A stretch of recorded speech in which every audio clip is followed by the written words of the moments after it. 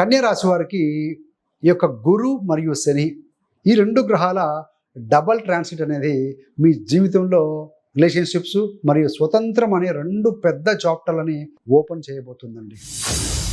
ముందు మొదటి June July 2 మాసాలు కూడా మీ యొక్క 7వ భావం యాక్టివేట్ అవుతుంది. అంటే పెళ్ళి, partnerships, public image, client relations వీటి మీద గ్రహాల ఫోకస్ బాగా పెరుగుతుందండి.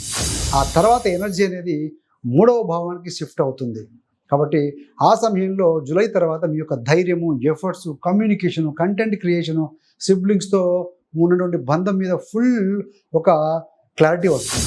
ఈ వీడియోలో కన్యా రాశి వారికి ఈ కాలం ఎలా కొత్త వ్యక్తులను మీ జీవితంలోకి తీసుకువస్తుందో, మీకే కొత్త ధైర్యం, కొత్త వర్క్ దిశ ఎలా కలుగుతుందో డీటెయిల్గా గైడ్ చేస్తానండి. సో మీరు కన్యా రాశి వారు అయితే ఈ వీడియోను ఎక్కడ కూడా స్కిప్ చేయకుండా చివరి వరకు చూడండి.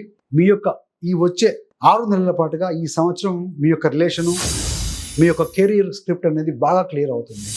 కన్యా రాశి వారికి ఈ యొక్క గురు శని డబల్ ట్రాన్సిట్ ప్రత్యేక ఫలితాలతో ఆధ్యాత్మికమైన మెసేజ్తో మీ ముందుకు వస్తున్నాను. ముందుగా అసలు గురుడు అంటే ఏంటంటే జూపిటర్, బృహస్పతి, గురుడు అంతా ఒకటేనండి. గురుడు అంటే విస్తరణ, ఎక్స్పాన్షన్, జ్ఞానం, కొత్త అవకాశాలు. శని అంటే కష్టం, క్రమశిక్షణ, కర్మ ఫలితం, సీరియస్నెస్. ఈ రెండు గ్రహాలు కలిసి ఒకే భావం మీద దృష్టి పెడితే ఆ భావానికి సంబంధించిన విషయాలు మీ జీవితంలో ప్రధాన ఎజెండా అవుతాయి. గురుడు ఈ యొక్క 2వ తారీఖు జూన్ నుండి కర్కాటకంలో ఉండి నవమ దృష్టి చేత మీనరాశిని చూస్తూ ఉంటాడు. మీనరాశిలో ఆల్రెడీ శని ఉన్నారు కాబట్టి మీనరాశి యాక్టివేట్ అవుతుంది. సో ఈసారి కన్యా రాశి వారి కోసం మొదట 7వ భావం, తర్వాత 3వ భావం యాక్టివేట్ అవుతున్నాయి కదా.